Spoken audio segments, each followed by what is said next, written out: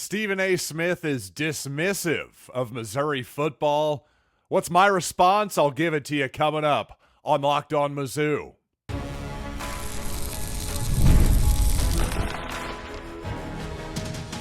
You are Locked On Mizzou, your daily podcast on the Missouri Tigers. Part of the Locked On Podcast Network, your team every day.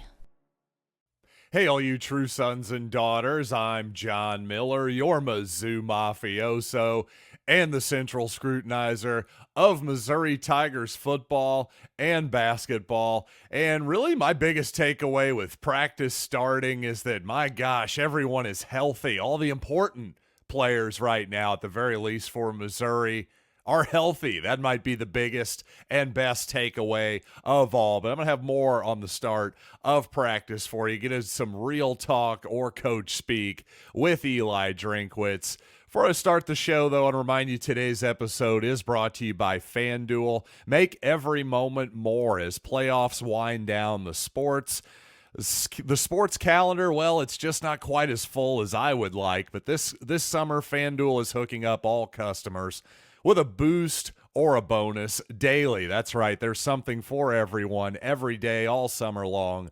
Visit FanDuel.com to get started.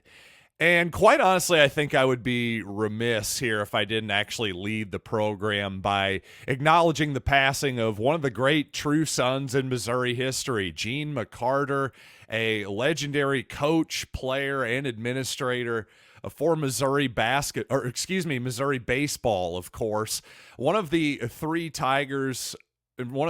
Missouri baseball figures ever to have his number retired for the program. 733 wins in 21 seasons as the Mizzou head coach, including 2 Big 8 championships. He was also an all-conference first baseman, 61-63, another 2 Big 8 championships as a player as well. So Gene McCarter, also, obviously, not only was he just a big figure in the athletic department, beyond being a player and a coach as well, I think beyond all of that, obviously just a huge figure in Missouri history. But based on all the readings and tributes I've seen on Coach McCarter the past few days, just a great person and left a really positive impact on players, media members, and his fellow administrators at Missouri and coaches and everything else. So obviously Gene McCarter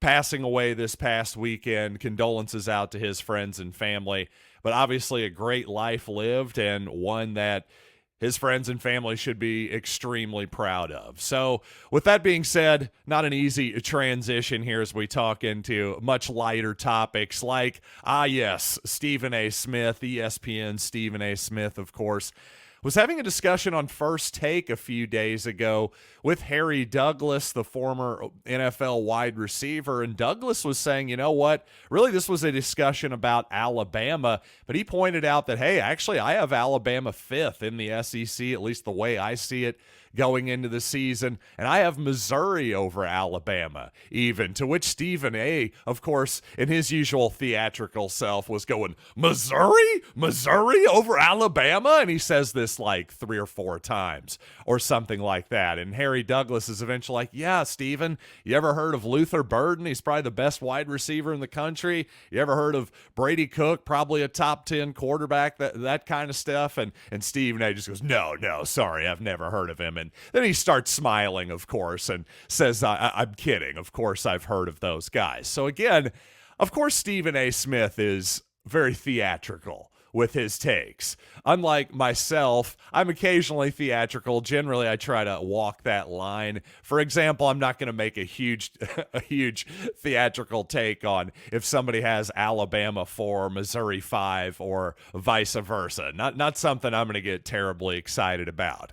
And by all means, dunk on Stephen A. if you think that his Missouri take is incorrect. By all means, I'm all about that. And if he's not your cup of tea, well, he's not mine either. But then I have to say, I see media people go too far with their disagreements, saying that, Stephen A. Smith, he's really the problem with ESPN, which makes me chuckle. Please make that case to the ESPN executives who would like to pay him tens of millions of dollars to be one of, I would say, two people left on the network that people tend to tune in to see, along with Scott Van Pelt, I think, to a lesser extent. But other than that, who is the star of ESPN at this point if it's not Stephen A. Smith? So a network that's been on decline for years now, the one guy who actually gets eyeballs, he's the problem. Again, if he's not your cup of tea, I get it. He's not mine either.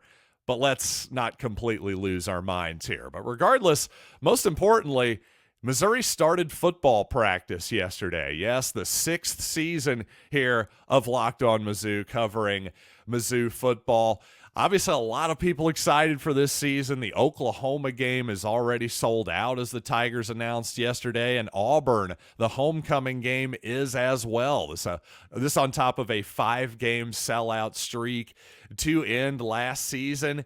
Can Missouri fans keep that going with the Murray State game to open the season?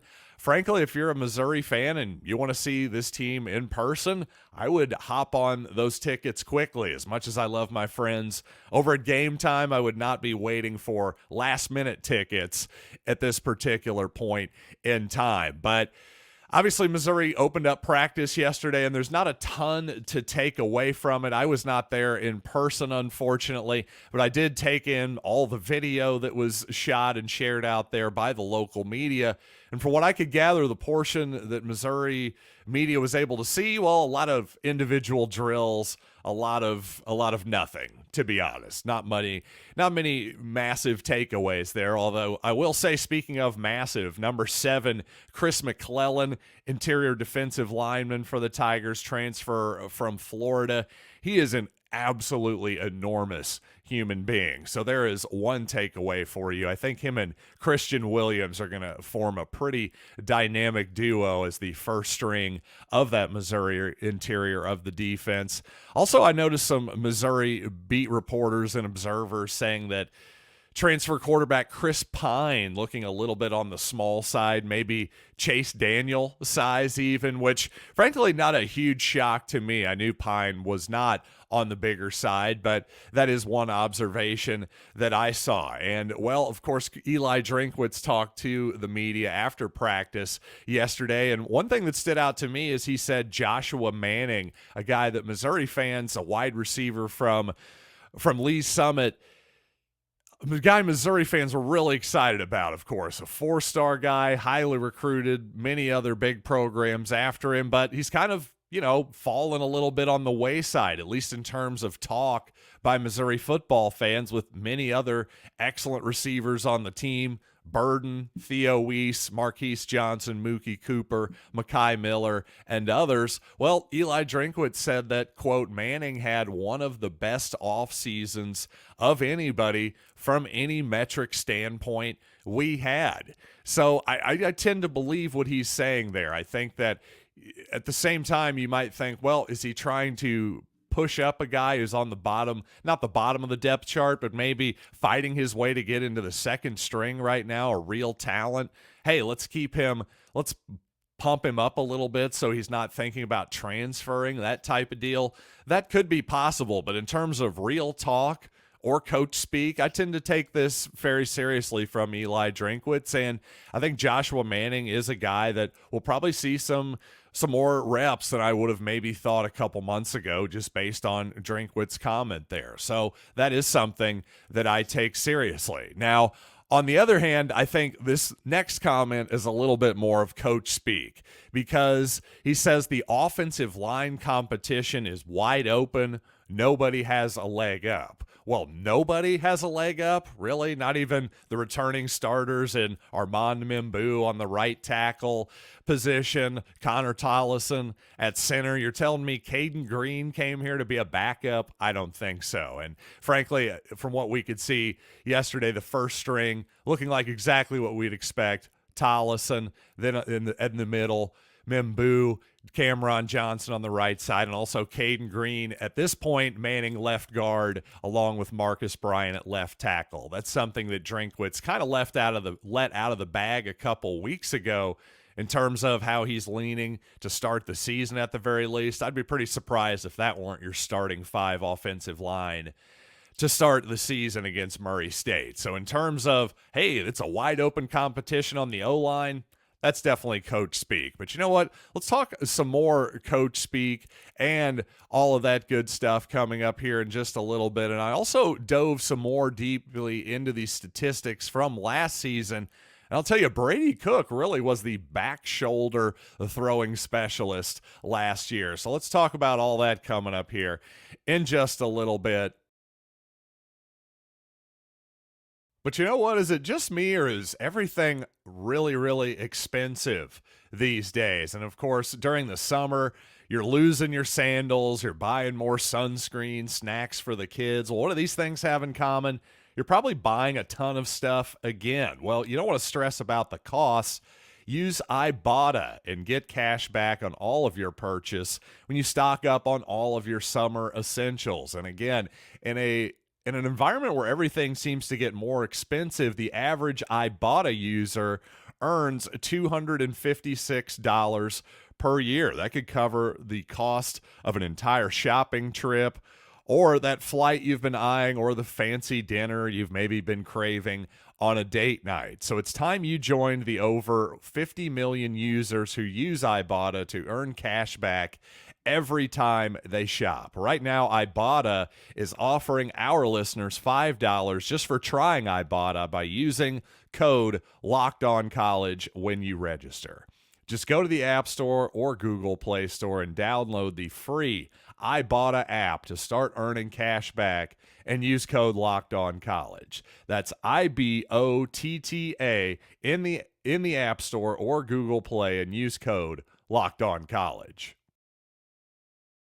And speaking of saving money, let's save some money and time with Factor's no prep, no mess meals. Meet your wellness goals in time for the end of summer thanks to the menu of chef-crafted meals with options like Calorie Smart, Protein Plus, and Keto, with 35 different meals and more than 60 add-ons to choose from every week. You'll always have new flavors to explore with Factor. Make your day delicious from breakfast to dessert.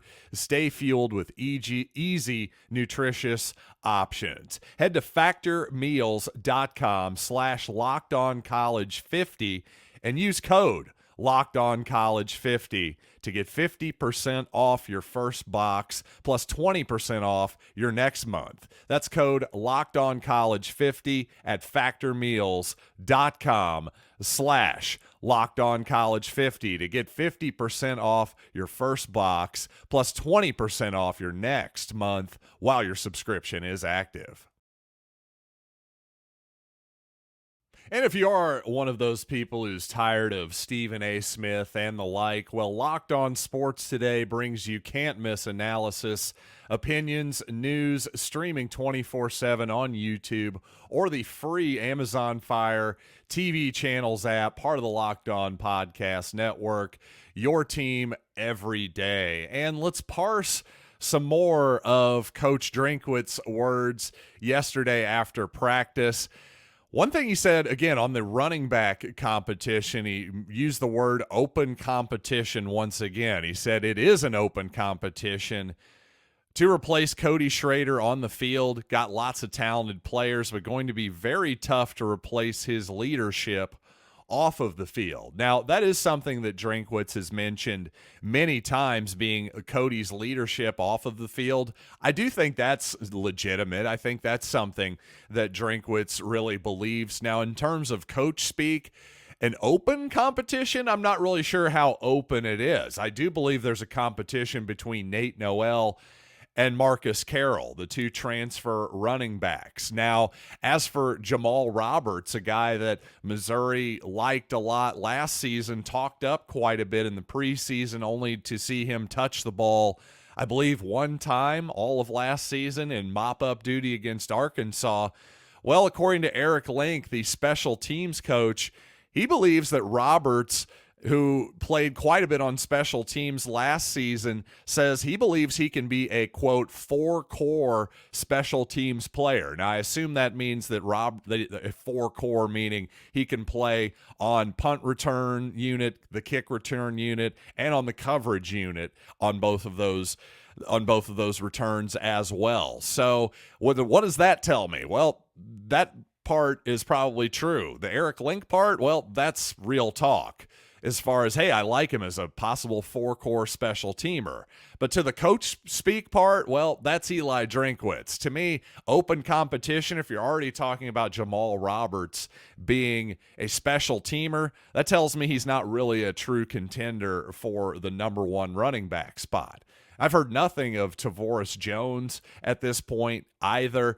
And also Kawan Lacey, the true freshman, as talented as he might be, just seems hard to believe that Drinkwitz, a guy who's always leaned on experience at the running back spot, it's just hard for me to believe that Lacey is going to have a serious job. So in terms of the real part of that talk, I do think there's going to be an open competition here the next few weeks, even into September, not just in fall camp, but even somewhat like last season, Nathaniel Pete definitely got more touches in September than he did the rest of the season. That's for darn sure. By the end of the season, it was Cody Schrader or bust for sure. Whether that ends up happening or not, we shall see. Whether this ends up being a true committee, we shall see. I would put my money still on one guy emerging, but what I will say is I do think it's probably going to be a competition between those two guys, and I think it'll probably extend well into September as well. With the way the non-conference schedule breaks for Missouri this season, I think there's a real opportunity for Missouri in the offense to do that and evaluate the running backs and all of these question mark positions a little bit more than they otherwise would with a tougher start to the season. Now, really, the best news right now is that all of Missouri's most important players are seemingly healthy, and the Tigers seem determined to keep it that way for the most part. And one indication of this, a 93-degree day, excessive heat warning went off on my Alexa device yesterday. So an incredibly hot day in mid-Missouri, and that caused Missouri to go inside for their first practice yesterday, inside their beautiful new indoor practice facility. But I have to say, while that makes all the sense in the world, especially early in fall camp, well, I got to say, Larry Smith is probably rolling over in his grave, figuratively speaking, because 93 degrees mid-Missouri, that sounds like a perfect day for two-a-days in full pads at the Mexico Military Academy back in the 1990s. I'll promise you that. But seriously, it just shows you how much football practice, just the idea of football practice, has changed here in the last decade or so, because quite literally, this would have been two-a-day full pads time. Not even joking. I don't care how hot it was. In fact, the hotter, the better. And to be honest, back then, and to some extent this is true, especially fall camp was just all about, hey, let's see how much we can punish our guys as much as possible. Just physical pain and exhaustion. That's going to be the goal of fall camp. Well, obviously, over the years, concussion prevention is a big part of this, but teams have realized, you know what? A big part of our success this season hinges actually on injury prevention. So here's the deal, though. A lot of Missouri's early games, the first 4 games on Missouri's schedule, all at home, all in September, except for, well, the first game, August 31st. Okay, close enough to September, right? The point is, these all have the chance to be really, really hot football days. So at a certain point, Missouri is going to have to go outside and weather this brutal heat that's coming for this entire week, and I'm sure they will. But frankly, for the first day, it does make a lot of sense, especially in a world where, guys might not be used to this heat just yet. I'm sure they've been outside working out and all that good stuff, but hey, maybe a little bit better safe than sorry, at least on day one.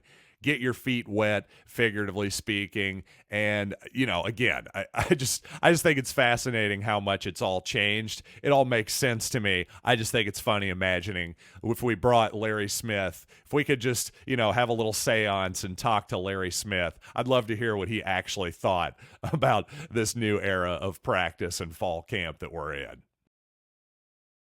And while I've talked quite a bit this offseason about how Missouri's passing game can go to the next level if it finds more success in the intermediate passing game, but at the same time, the more you look at last season, the advanced stats, you realize, Missouri was definitely on to something with that dink and chunk offense, especially when you realize, gosh, Brady Cook, not only good at throwing it on play action fakes over the top of the defense, but he really was the back shoulder king of the Southeastern Conference last season. So let's talk more about Brady and that Missouri offense coming up here in a second.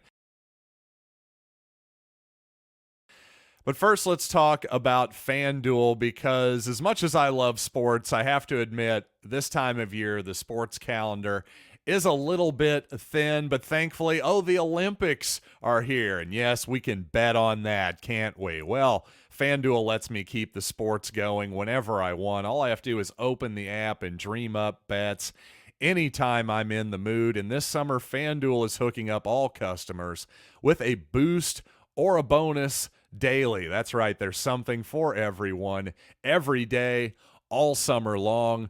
In fact, right now you look at odds, of course, most people are focusing on the Royals and the Cardinals and their chances to win the wild card. But of course, the division is still out there. The Cardinals plus are 11-1, plus 1,100 to win their division. The Royals a little bit better at 10-1, which honestly surprises me a little bit, only because, well, the Cardinals are in second and the Royals are in third. Having to pass two teams instead of one strikes me as a little bit more difficult. But regardless of what you think, you got to head over to FanDuel.com and start making the most out of your summer. It's FanDuel, official sports betting partner of Major League Baseball. So at one point near the end of the Georgia game last season, when Missouri was more or less in desperation mode offensively, the Tigers really leaned on the back shoulder fade there at the end of the game. And when you go back and look at the numbers, though, and all these numbers here courtesy of SEC StatCat, well, actually, you can see why. Brady Cook was the most effective player in the SEC in throwing those particular routes. And in fact, the Tigers threw the most of those in the conference, 14 attempts total. And of those 14 pass attempts, 8 of them logged either a first down or a touchdown, also the most in the conference.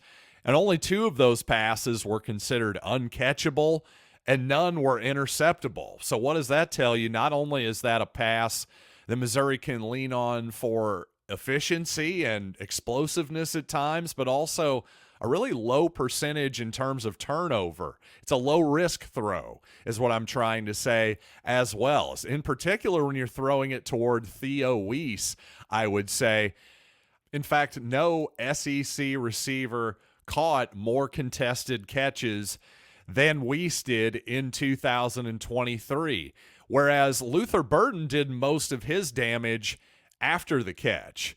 Now, Weiss, as good as he was high pointing the ball, again, Burden, I'm not saying he's poor at that, but I think we saw in 2023 that's not necessarily his best thing. No, he's the yards after the catch monster, as SEC StatCat calls him. He totaled more than 700 yards after the catch. That's more than 100 yards more than the next closest receiver in the SEC. He forced 20 missed tackles after the catch, and no other SEC receiver totaled more first downs or touchdowns when targeted short of the sticks than his 25. So think about that. Burton catches the ball 25 times behind the sticks and yet gets to the sticks that many times. Pretty incredible what Burden does at Missouri. If he can get even better down the field, well, he'll be the by far and away number one receiver in college